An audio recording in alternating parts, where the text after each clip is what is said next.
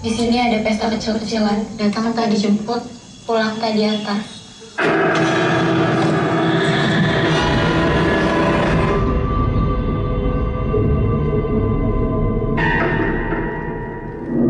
Saya hanya merasa saya tidak bisa menolong orang lain. Sedangkan saya sendiri butuh pertolongan. Pagi Romo. Aku yakin Diandra di surga pasti senang kalau bisa lihat Romo senyum. Ada murid-murid Lucifer lain yang merasuki Kayla.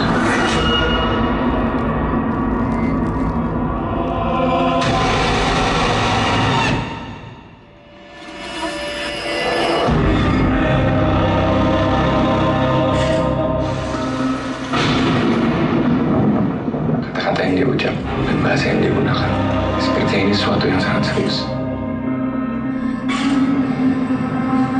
Kayla, kamu kenapa Kayla? Kamu bantu Romo Rendra selesaikan kasus ini. Kamu harus tahu iman saya lemah. Untuk melakukan eksorsis, apa saja yang perlu saya pelajari, Romo? Iblis bisa melihat dosa kita. Karena itu kita harus melakukan sakramen pengakuan dosa sebelum kita melakukan eksorsisme. Dalam nama Bapa, Putra, dan Roh Kudus, saya mengirimkan semua musuh. Saya perintahkan untuk segera pergi.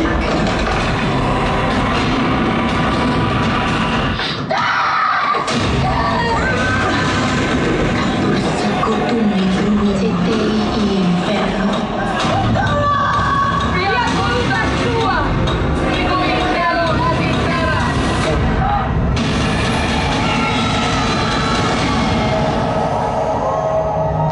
Tanpa berlama-lama, langsung saja yang pertama, mari kita berikan sambutan yang meriah untuk CEO Ideosource Entertainment, Bapak Andi Budiman.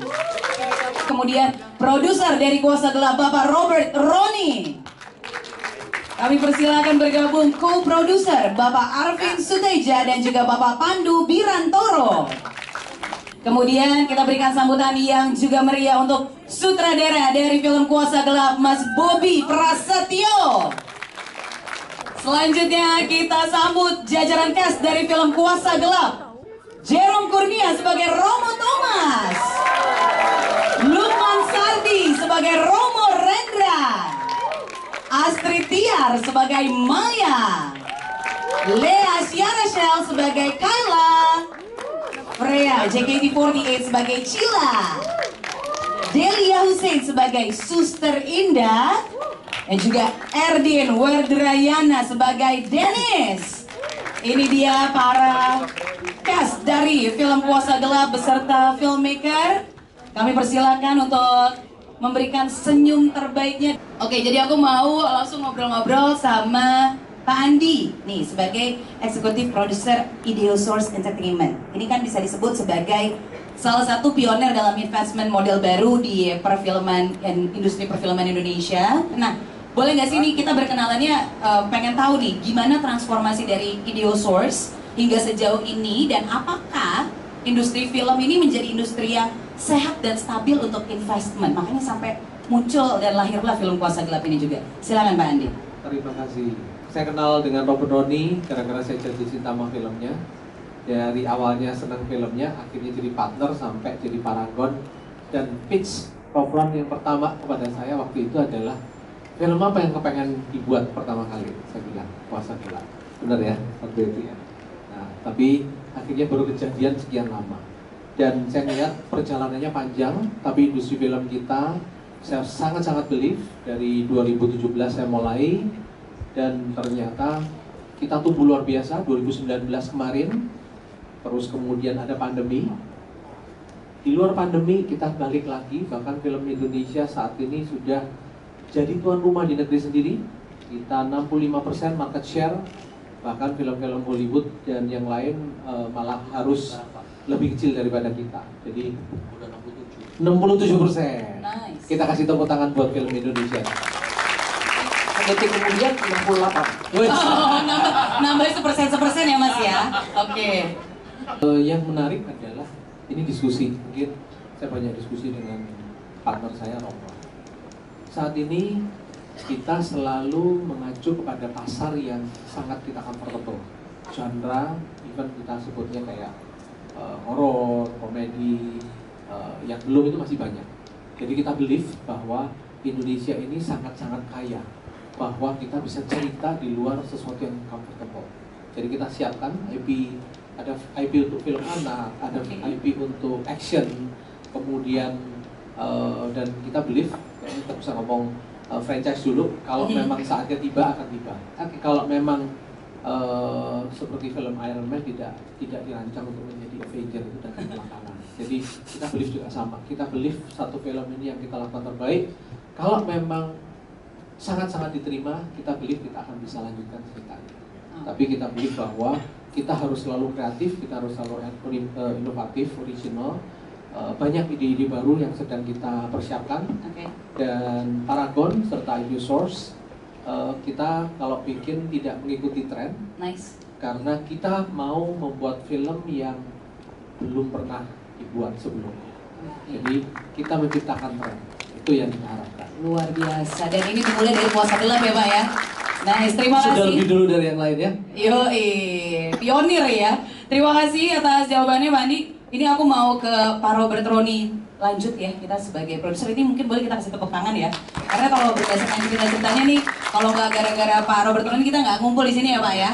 Jadi untuk menghadirkan film Kuasa Gelap ini kan dedikasinya butuh sangat tinggi dan riset juga perjuangan yang sangat panjang, apalagi juga butuh meminta restu dari gereja Katolik bahkan ya. Dan apakah memang ini adalah cara yang harus ditempuh untuk menyajikan film Kuasa Gelap ini dengan riset yang mendalam tapi juga punya nuansa religi yang bisa dibilang kuat. Nah, bagaimana nih? Mungkin boleh diceritakan. Silakan Pak Roni. Ya, ini jadi kita kumpul-kumpul soal Kuasa Gelap ini udah keempat kali ya kali ya. Oke. Jadi saya nggak terlalu ngulangin lagi cerita yang udah saya ceritain, tapi memang bener sih perjalanan bikin film ini panjang dan lama. Dan kalau mungkin produser lain udah nyerah. Oke. Tapi karena ya ini obsesi saya sejak kecil ya, pengen bikin film tentang exorcism. Dan saya Katolik gitu, jadi ya gak ada cara lain lah, saya tetap mau bikin film ini. Dan puji Tuhan dikasih jalan juga sama Tuhan. Saya juga banyak dapat bantuan dari Hakim untuk bisa mewujudkan film ini, karena gak gampang memang sih dapat izin dari gereja Katolik sih. Betul. Beda dengan gereja Kristen ya, yang lebih open terhadap media dan lain-lain. Gereja Katolik itu tidak boleh kita memutuskan seseorang, tapi lebih dari institusinya gerejanya. So it's not easy to convince them that kita mau bikin film ini niatnya baik lah gitu, bukan mau eksploitasi, bukan mau apa dan segala macam lah. Tapi ya finally mereka percaya dengan niat kita yang baik gitu ya. Dan saat ini sih saya happy banget karena film ini udah di-embrace dengan sangat luas oleh banyak orang umat Katolik di Indonesia gitu ya. Setuju. Dari grup-grup WhatsApp yang ada itu saya selalu dapat dari forward dari orang itu, untuk nonton bareng segala macam film Kuasa Gelap bikin film oke juga, ternyata cukup viral lah film ini dibanding film-film saya sebelumnya. Kelihatannya ini yang paling viral sih, dan jadi semoga secara angka ini juga jangan jadi film saya yang paling bagus. Semoga ya, semoga. Amin, kita aminkan gitu ya. Nah ini terus kalau kita ngomongin soal potensi, kalau saya sih juga kebetulan saya Katolik juga, saya sangat amat menantikan film ini. Kalau misalnya ditanya soal potensi dari film Kuasa Gelap di genre film horor Indonesia, apalagi kan ini film dengan tema exorcism pertama kan horor di Indonesia gitu ya. Jadi apakah ini akan menjadi pintu awal mula untuk film-film horor Indonesia dengan tema yang serupa? Menurut Pak Robert Roni gimana? Semoga ya, karena saya ingat banget pertama kali saya mau bikin film ini kan udah lama banget. Kita udah mau syuting sebelumnya kan, idenya jauh lebih sebelum itu sih. 2018 kita ngobrol. Itu ya, tapi sebelum itu kan aku punya konsep. Jadi waktu itu setiap kali saya ngomong semua komentar sama, lu gila ngapain bikin film horor dari agama minoritas gitu kan. Berapa orang sih Katolik Indonesia? Iya. Banyak loh. Which is true. Tapi saya juga waktu itu kita sampai mikir lama gitu ya, dan somehow halaman itu bikin film ini banyak banget. Tapi surprisingly sekarang ini banyak faktor yang di luar dugaan yang bikin film ini jadi lebih banyak dikenal dan di-embrace banyak orang lah ya. Contoh yang paling gampang sih ternyata kedatangan Paus ke Indonesia itu bikin film ini jadi lebih bunyi. Aneh. Betul. Aneh kedatangnya nggak ada hubungannya, tapi ternyata memang benar. Jadi orang-orang Katolik di Indonesia ini ngerasa jadi lebih Katolik setelah Paus datang. Dan setelah itu somehow dan somehow mereka selalu ada film Katolik nih. Benar. Mereka mengimbas itu dengan sangat antusias gitu. Sampai teman saya bilang, hebat Duro ya, lu bisa pasin waktunya rilis filmnya nama Paus datang. Lu bilang, lu kira Paus apa bisa bikin Paus datang Indonesia? Ini mah benar-benar kebetulan, ini benar-benar kuasa Tuhan, bukan kuasa gelap. Benar, kuasa betul. Jadi, kalau film ini sukses sih, kita nggak bisa ngambil kredit sih. Asli ini it's beyond our control. Jadi saya sih terlalu percaya bahwa kita niatnya baik. Ya dibuka jalan lah oleh Tuhan lah. Banyak lagi faktor-faktor lain yang bikin kita kok bisa gini gitu. Banyak faktor yang kita nggak terduga lah. Yang bikin banyak akhirnya orang tahu dan antusias dengan film ini. Betul, dan ini bukan juga kemudian dibilang jadi film buat orang Katolik ya, semuanya gitu ya, di universal gitu ya. Cuman memang jalan ceritanya kebetulan dari situ gitu ya. Saya kasih referensi ya. Tahu film Conjuring dong. Iya, kan betul. settingnya kan Katolik, tapi yang nonton semua orang. Nah, dan film horor asing di Indonesia yang paling laris sepanjang masa itu dengan tahu kan Falak. Iya, Falak. Falak itu kan lebih Katolik daripada film itu. masih sangat biasa. Falak itu yang Denang itu settingnya di gereja, sepanjang film di gereja, tokoh utamanya gereja sama suster, gak ada orang awamnya. Kita kan cuma dua yang Romo. Cuma Romo Rendra sama Romo Thomas. Benar. Awam gitu. Oke. Oh, ada suster Indah soalnya. Oh iya. Ada suster Indah. Dibanding Falak kita jauh lebih universal lah. Lebih universal ya. Ternyata diimplementasi oleh penonton Indonesia. Jadi saya percaya sih film horor aja dari semua orang bisa ditonton. Oke, terima kasih atas penjelasannya dan dedikasinya, karena kalau tidak karena cita-cita kamu dari kecil tidak ada kita semua di hari ini ya. Terima kasih ya. Tapi kamu nggak ngerasain eksorsisme kan? Enggak kan ya? Cuman kepikiran aja kan ya? Enggak sih, tapi boleh cerita horor dikit ya. Nah, ini penulis kita digangguin terus sih selama menulis ini sih. Jadi kalau kalian tahu istilahnya, kalau kita di Katolik ya, jam 3 pagi dini hari itu witching hour. Betul. Itu jamnya setan muncul kalau dari agama kita. Dan penulis kita ini setiap jam 3 pagi diganggu. Ya Allah, pasti deg-degan lo dengerin ini. Selama berbulan-bulan, tapi akhirnya dia bilang, Ron, gue nyerah deh.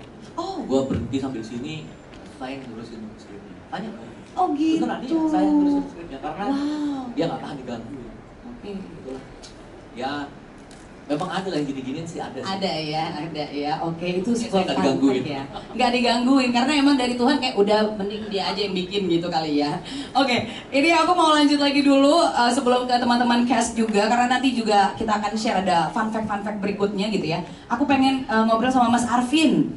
Mas Arvin, nah ini kalau kita bicara soal film horor Indonesia pasti selalu menjadi sorotan, apalagi banyak banget gitu ya peminatnya.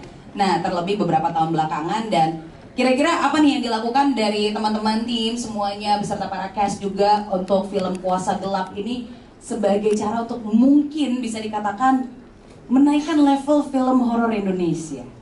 Silahkan, gimana Mas Arvin? Oke ya, terima kasih pertanyaannya. Mungkin saya jawab dari perspektif saya sebagai produser di proyek ini ya, peran saya.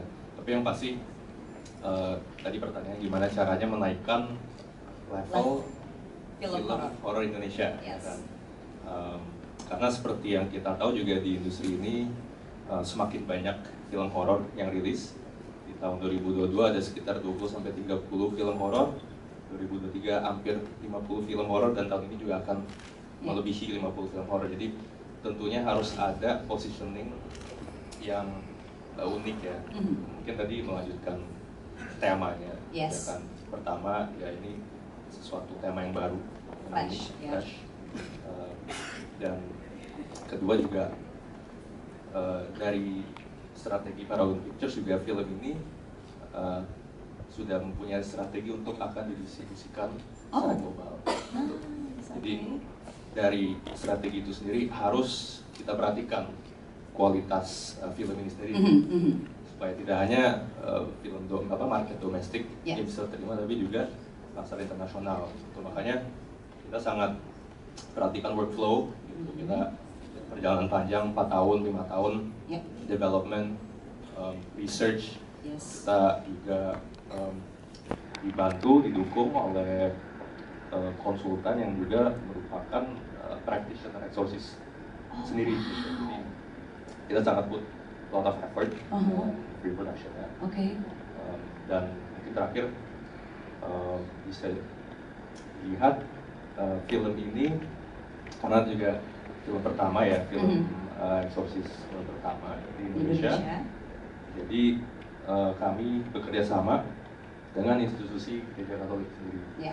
Kita bekerja sama dengan paroki Gereja Santo Laurentius. Di film ini nanti akan menjadikan never before seen locations. Yang kalau ya bukan kayak di film ini ya sebenarnya mungkin tidak bisa tuh orang masuk situ. Jadi akan ada landmark yang akan bisa juga. Keren. Kalian tadi udah lihat kan? Nonton lagi nanti ya. Oke. Biar paham, itu yang tadi dibilangin sama Sarvin gitu loh. Terima kasih. Aku mau lanjut ke Mas Pandu lagi. Ini kan kalau misalnya tadi udah digambarkan gitu ya, never seen before, landmarknya. Nah, dari segi sinematiknya gitu, mungkin boleh dijelaskan nih experience-nya, melanjutkan dari yang tadi sudah diceritakan juga. Jadi apa yang bakalan dirasakan sama penonton nantinya ketika menyaksikan Kuasa Gelap ini? Silakan, Mas Pandu. Ya, kita merasa bahwa juga tadi Arvin tadi udah bilang bahwa kita sudah banyak sekali horor di Indonesia. Kita juga ingin menginfuse sesuatu yang baru gitu kan, lepas dari agamanya memang Katolik, sangat Katolik gitu, tapi kita juga ingin mengedepankan cerita. Jadi tetap story nomor satu. Gitu. Kita nggak cuma pengen jualan jump scare atau apa setan sangat menakutkan, tapi protagonisnya harus punya cerita yang full circle gitu. Dan mungkin juga yang menarik dari produksi ini adalah kita benar-benar berkolaborasi dan Paragon Pictures sangat percaya bahwa salah satu yang harus kita lakukan untuk industri film Indonesia adalah regenerasi. Gitu. Jadi di sini mungkin ada sedikit trivia yang menarik, kayak di sini Jerome pertama kali lead ya. Tangan dong. Terus Lea first time film lebar, Pria juga debut ya. Gitu.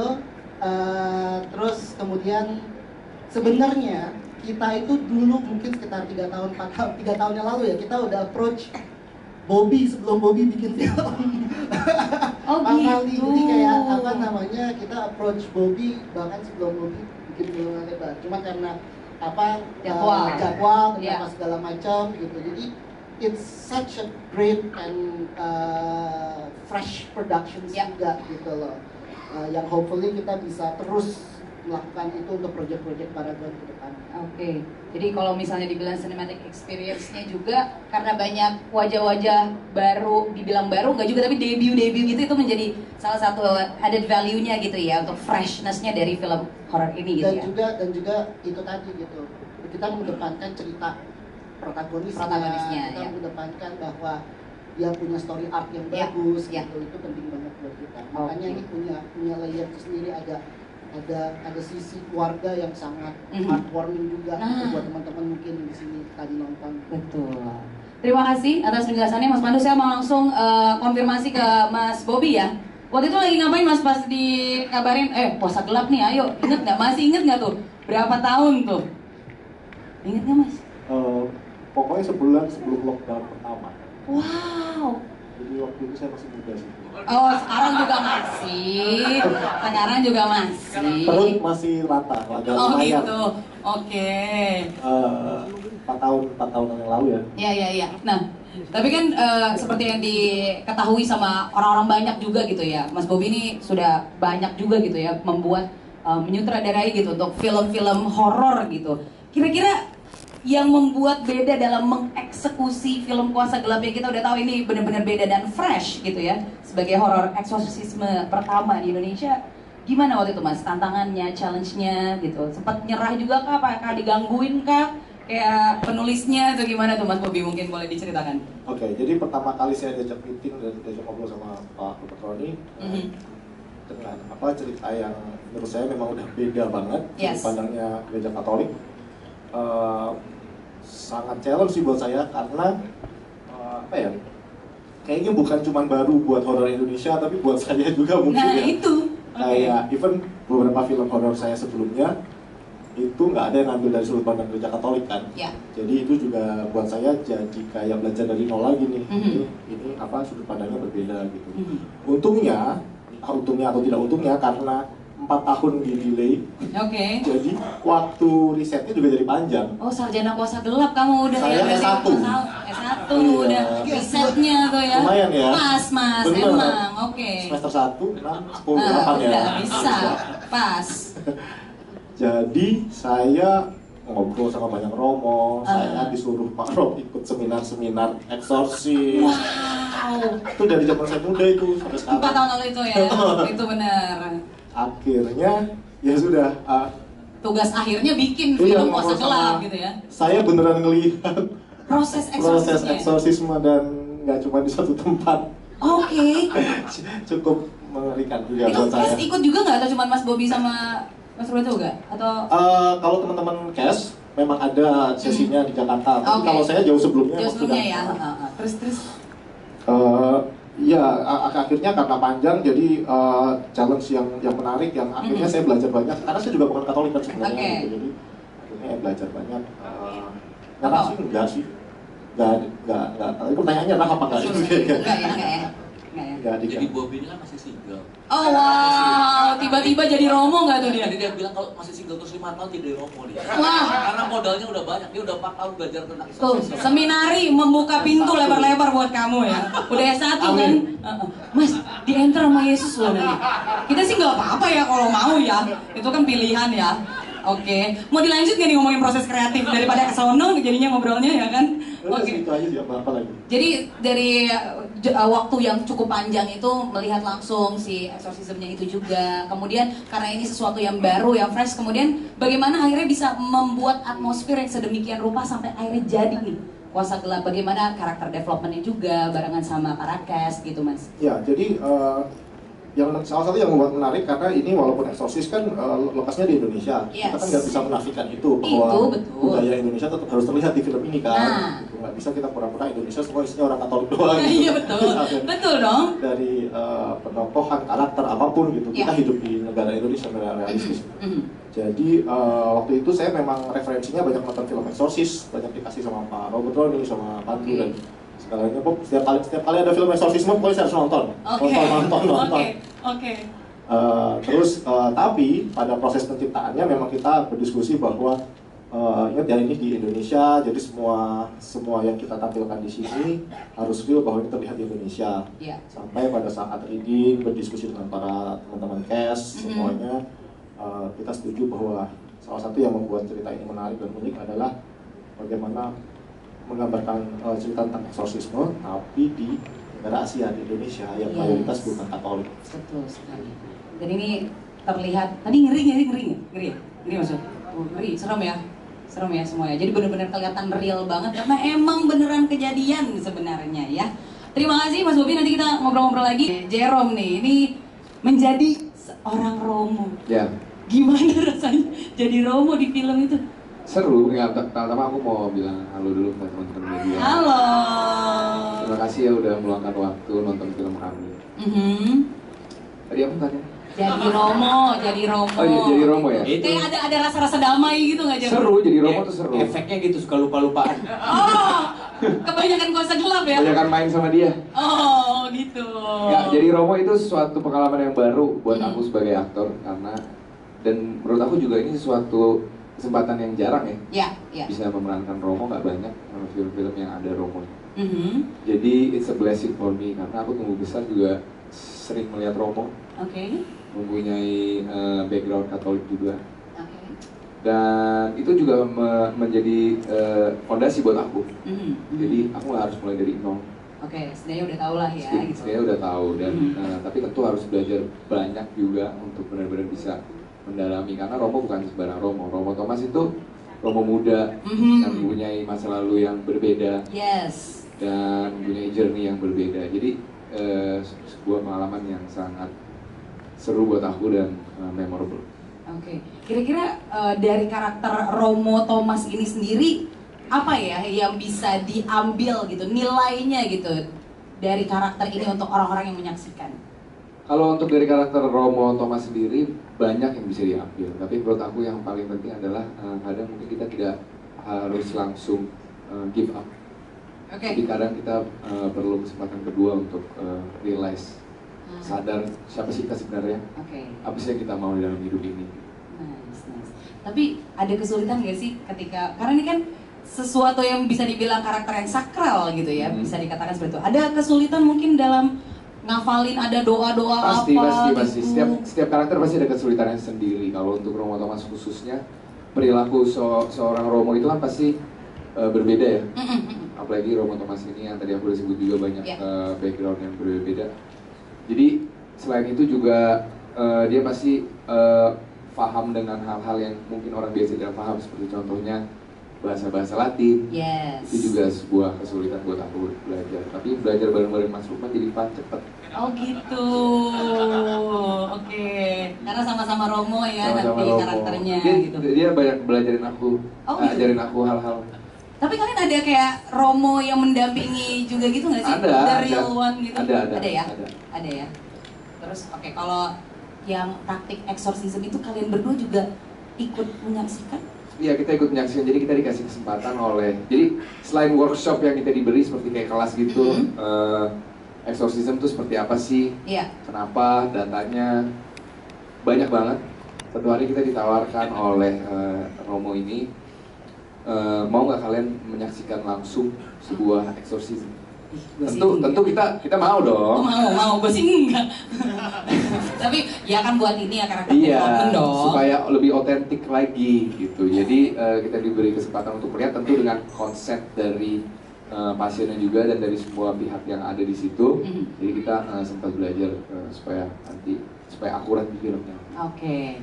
Nah kalau dari Mas Lukman sendiri kurang lebih sebenarnya sama. Tapi aku pengen tahu ada tambahan apa gitu ya untuk dari Mas Lukman sendiri. Kan kita udah tahu ya filmnya sudah banyak, banyak sekali pengalaman-pengalamannya, mungkin kayak 400 filmnya. Banyak banget ya kan. Mungkin ngomong gitu kalau di diskon 500 aja. lebih.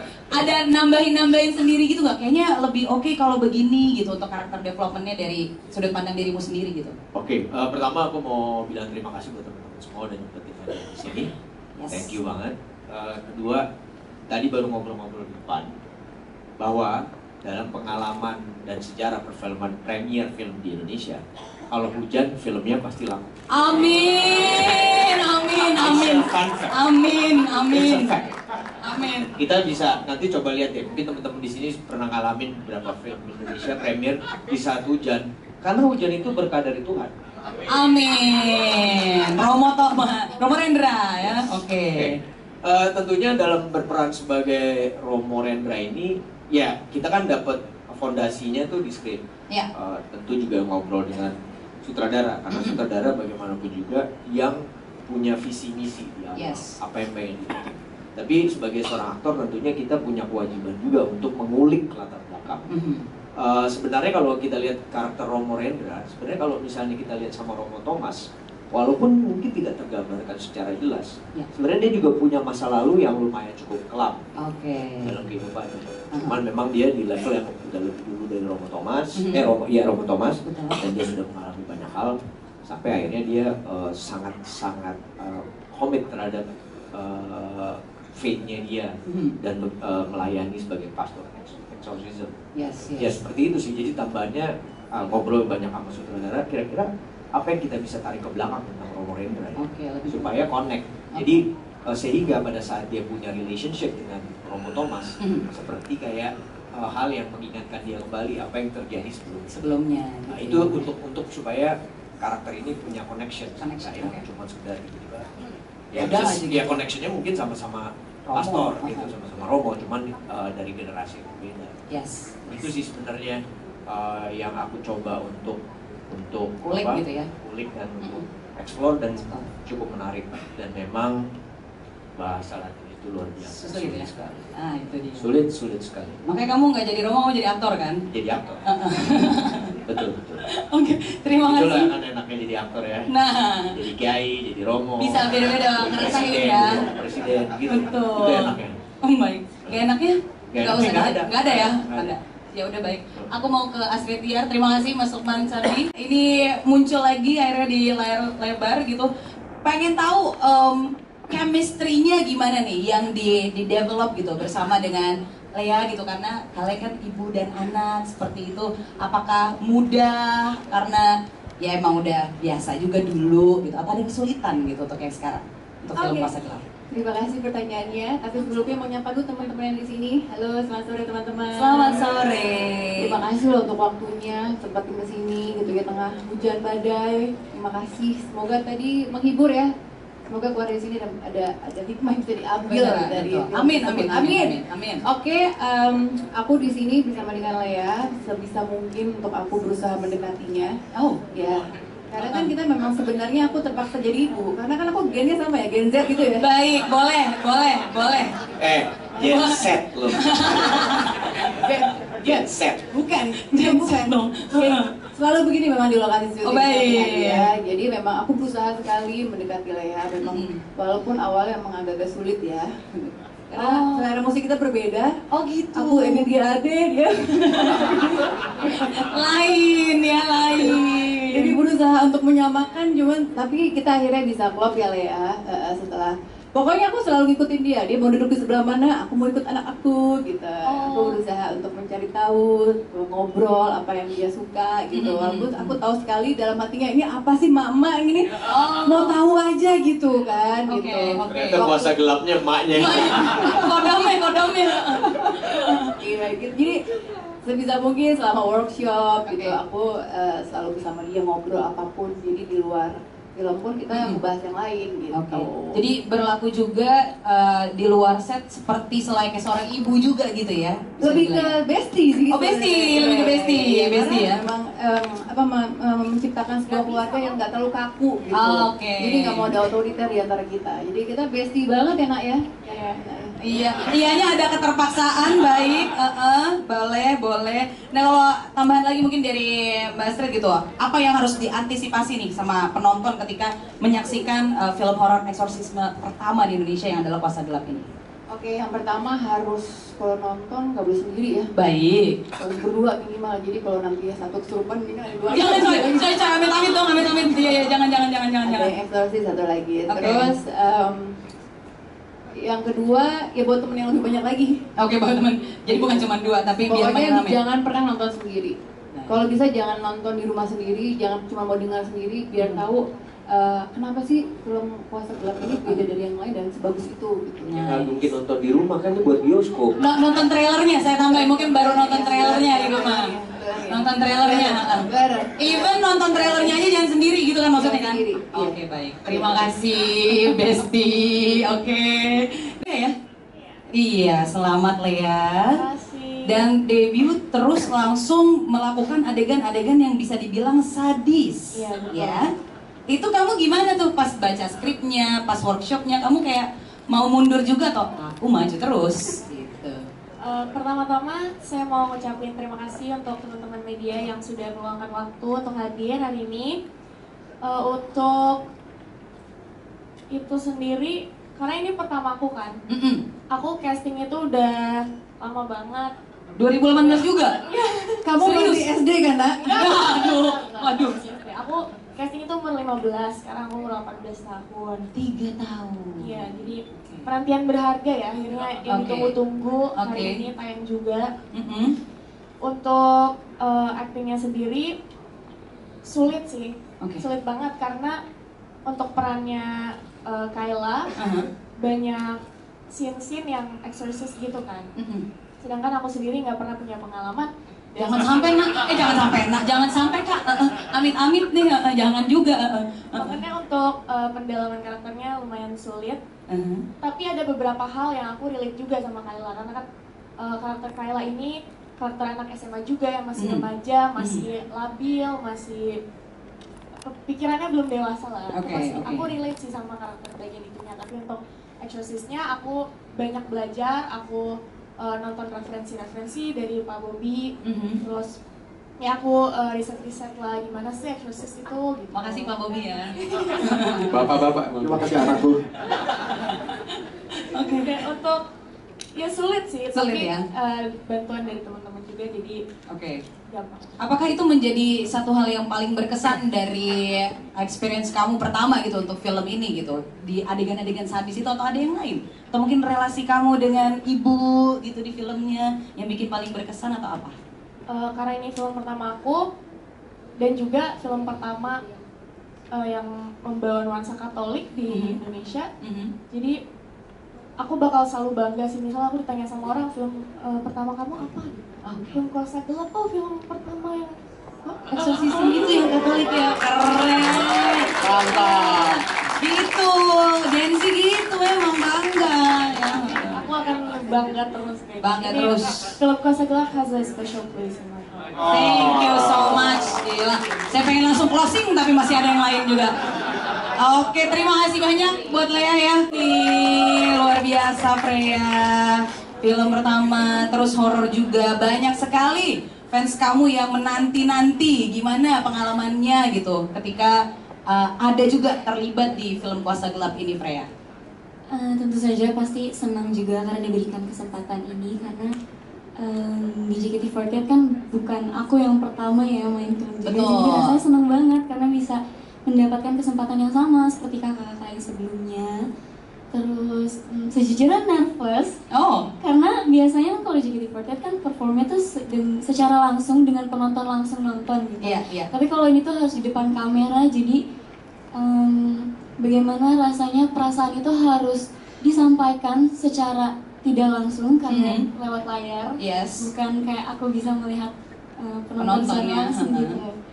Tapi juga menyenangkan sekali karena bisa mengenal lebih banyak orang lagi, memiliki pengalaman yang lebih banyak karena aku jadi belajar di luar zona nyaman selama 6 tahun di JKT48 kan kayak biasanya orangnya itu doang nih, ngobrolnya selama itu doang gitu.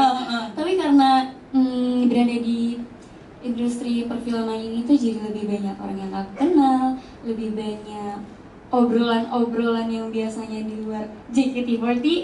Emang ngobrolan apa sih kalian? Nggak ada ngobrolan eksorsisme ya? Kita ngobrol berdua banyak. JKT47 kalau. Ini kayak JKT BKS ya, Jakarta Bekasi ya kalau ini ya. Terus. Jadi banyak hal-hal yang baru lah ya buat Freya begitu ya. Juga punya banyak teman dari JKT. Oke. Dalam proses syuting kamu paling deket ya sama siapa? Amalia gitu ya. Sahabat aku, ini sahabat aku. Bestie banget ya. In real life juga jadi bestie terus ya. Iya. Oke, tapi nggak ada eksorsisme-eksorsismenya ya mudah-mudahan ya. Amin. Baik, nanti Freya diajakin tuh semua yang biasa nonton itu untuk nonton Kuasa Gelap ya. Oke, diajak semua tuh ya yang biasa tuh ketemu langsung. Oke, terima kasih Freya. Aku mau lanjut lagi karena ini. Nah, Suster Indah. Dengar-dengar saya mendengar kamu juga agak sulit dalam menghafal doa atau apa gitu ya. Bagaimana nih mungkin keseruan dari proses dari film Kuasa Gelap yang kamu rasakan? Kalau semuanya sulit menghafal ya, karena saya bukan Katolik. Jadi baru juga buat saya semuanya. Doa-doa kali ya yang tadinya sangat asing dan belum pernah saya dengar. Jadi sekarang masih ke bawah dan hafal. Coba. Katanya hafal ya. Coba jangan ya deh ya. Jangan ya. Gak bisa Yura. Oke, baik. Baru mau nonton. Baru mau nonton. Oh iya, dia suka nonton aku di lokasi. Jadi kalau suka kebalik kan. Oh gitu. Entah bapak kami atau Salam Maria, aku nanya Kak apa? Tapi kadang-kadang ternyata dia lupa juga. Oh baik. Bapak kami Salam Maria ada kemuliaan doanya. Aduh. Soalnya bapak kami versi Kristen sama Katolik kan beda. Betul. Jadi beli makan atau makanan gitu. Oh gitu. Tapi aman lah ya semuanya. Ada rasa-rasa damai nggak Mas? Damai banget. Kan karakter development, woy. Damai banget apalagi pas pakai kostum ya. Kan karakter development gitu loh. Jadinya kan baik. Jadi kayak lebih kena gitu kan di filmnya, jadi lebih bagus kan. Damai sih, aku susternya namanya Indah. Nah tuh kan. Terus kemudian kalau dia udah pakai kostum tuh kan menutup auratnya udah udah adem banget, indah banget. Tuh dia yang ngomong bukan gua ya. Ini kan karakternya beneran ya. Ini kan jujur ya yang betul. Nah oke. Kemudian value apa kira-kira yang bisa diambil dari cerita ini kalau dari menurutmu sendiri gitu secara garis besar? Menurutku sendiri dari family-nya kali ya mungkin. Oke. Yang dilaluin sama keluarganya Romo Thomas dan juga Bu Maya, mereka pernah mengalami peristiwa yang agak ragu nih dia jawabnya nih. Menyedihkan, maksudnya pahit gitu Okay. ya, tapi mereka jadiin alat peristiwa itu sebagai alat untuk move on with their life instead of being hateful, and I think that's a form of love. Oke, bagus sekali Suster Indah, kita kasih tepuk tangan yang meriah. Haleluya. Iya, orang haleluya bukannya amin malah tawa lu. Terima kasih ya. Terima kasih aku ke Erdin yang juga debut. Luar biasa Erdin ya. Halo semuanya. Halo Erdin. Kamu ada kaget-kagetnya nggak nih pas ngebaca skrip dan kayak Erdin, kamu terpilih untuk main film Kuasa Gelap gitu. Kaget banget karena setelah hampir 5 tahun di bidang film ini, akhirnya main film juga. Oke. Pertama kalinya. Layar lebar. Yes. Akhirnya main film juga. Dan kebetulan film pertama aku ternyata adalah film pertama yang ngangkat kisah gereja Katolik. Karena kebetulan almarhum papaku Katolik, walaupun aku sendiri Hindu. Oke. Jadi aku ngerasa I'm continuing his dream, I guess. Karena dia juga pengen jadi bintang film dari dulu. Tapi ya nggak ketemu jalannya. Jadi dia jadi kontraktor. Beda banget ya. Jadi aku lanjutin his dreams. Oke. Kontraktor buat bikin film. Bikin film, ya benar bisa.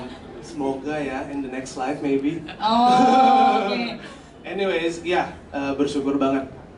Itu sih. Itu ya, jadi blessed banget. Jadi film ini juga kayak tribute to your dad gitu kali ya, dari perjalanan karir kamu gitu nggak sih? Enggak ya? Yes. Oh iya. Bener. Ya, tribute to my dad. Berarti papa kamu di atas sudah sama Yesus, anak saya nih main film ini gitu ya.